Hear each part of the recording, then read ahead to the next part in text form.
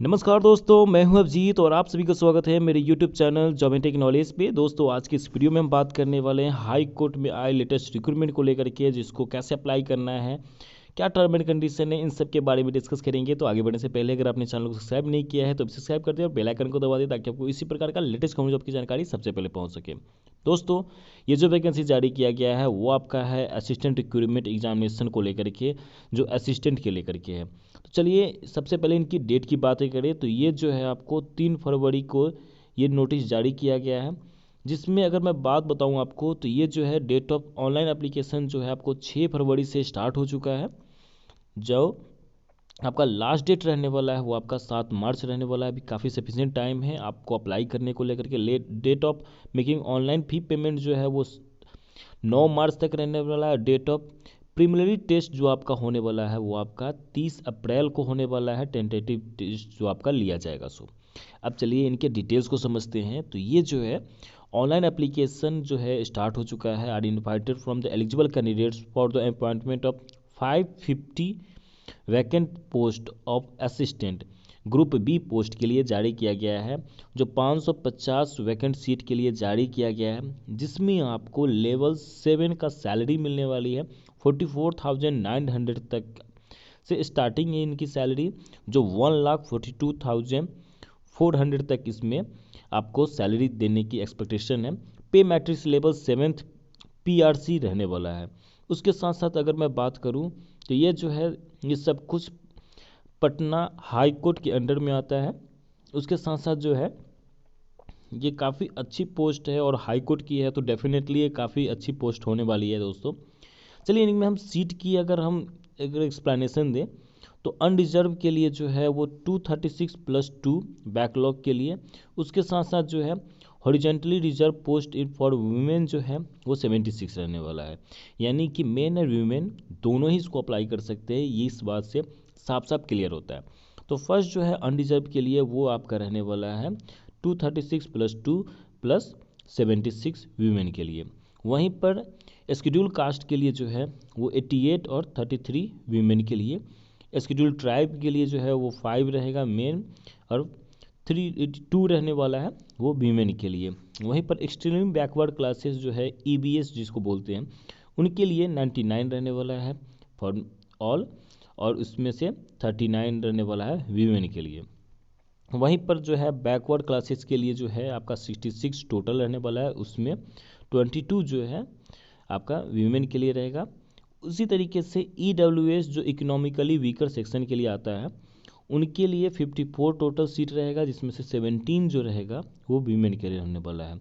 उसी अकॉर्डिंग जो है अगर मैं टोटल की बातें करूं तो 548+2 जो है वो आपका टोटल सीट रहने वाला है, जिसमें से 189 जो है वीमेन के लिए रिजर्व रखा गया है दोस्तों।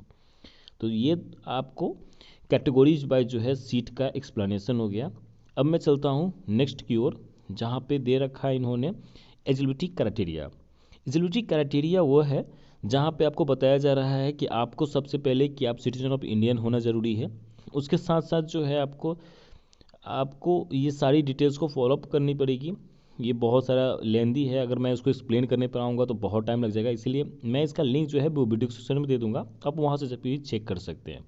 चलिए और स्टेप की ओर जाते हैं, जैसे कि एज लिमिट को लेकर के। तो इसमें जो है आपको दिया हुआ है कि candidates for direct recruitment to the post of assistant must not below 18 years, यानी कि जो कैंडिडेट जो 18 साल के हो चुके हैं वही इसके लिए एलिजिबल है। 18 से कम वर्ष के होंगे, कम आयु के होंगे, वो इसके लिए नहीं एलिजिबल हो पाएंगे, और वो भी जो है 1 जनवरी 2023 के अकॉर्डिंग उनका 18 कंप्लीट होना चाहिए, तभी वो इसके लिए एलिजिबल हो पाएंगे। अब चलिए इनके अनरिजर्व और EWS के लिए जो है वो मैक्सिमम एज जो रहने वाला है वो आपका रहने वाला है 37 ईयर्स। उसके बाद जो है अनरिजर्व एंड EWS फीमेल के लिए अगर मैं बातें करूं तो 40 ईयर्स। ये जो था आपका 37 ईयर्स वो मेल के लिए था, फीमेल के लिए आपका 40 ईयर्स है। BC EBC के लिए मेल एंड फीमेल बोथ के लिए आपका जो है वो 40 ईयर्स रहने वाला है।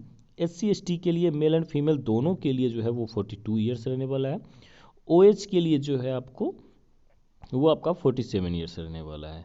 तो आपको अभी आपने देखा कि कैटेगरीज बाय जो है वो एज का रिलैक्सेशन आपका डिफरेंट होते जाता है कैटेगरी के अकॉर्डिंग।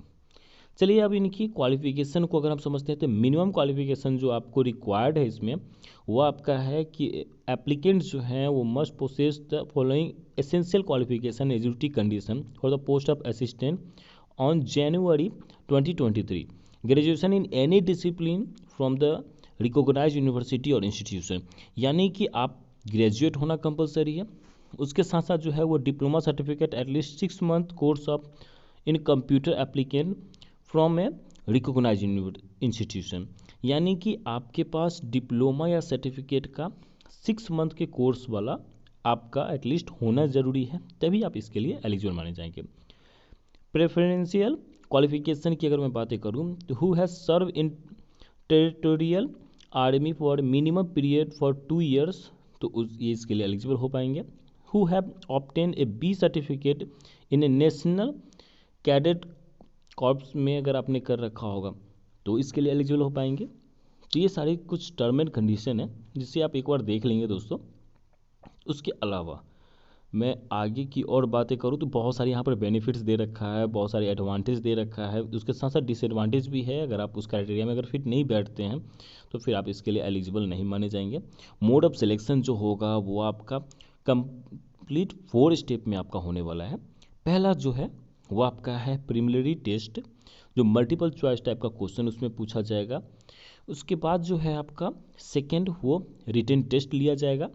उसके अलावा थर्ड जो है आपका कंप्यूटर प्रोफिशिएंसी टेस्ट लिया जाएगा। कंप्यूटर बेस्ड क्वेश्चन होगा, उसमें आपको स्पीड टेस्टिंग को लेकर के और बाकी सब होगा। उसके बाद जो फोर्थ और फाइनल जो होगा वो आपका राउंड है इंटरव्यू का।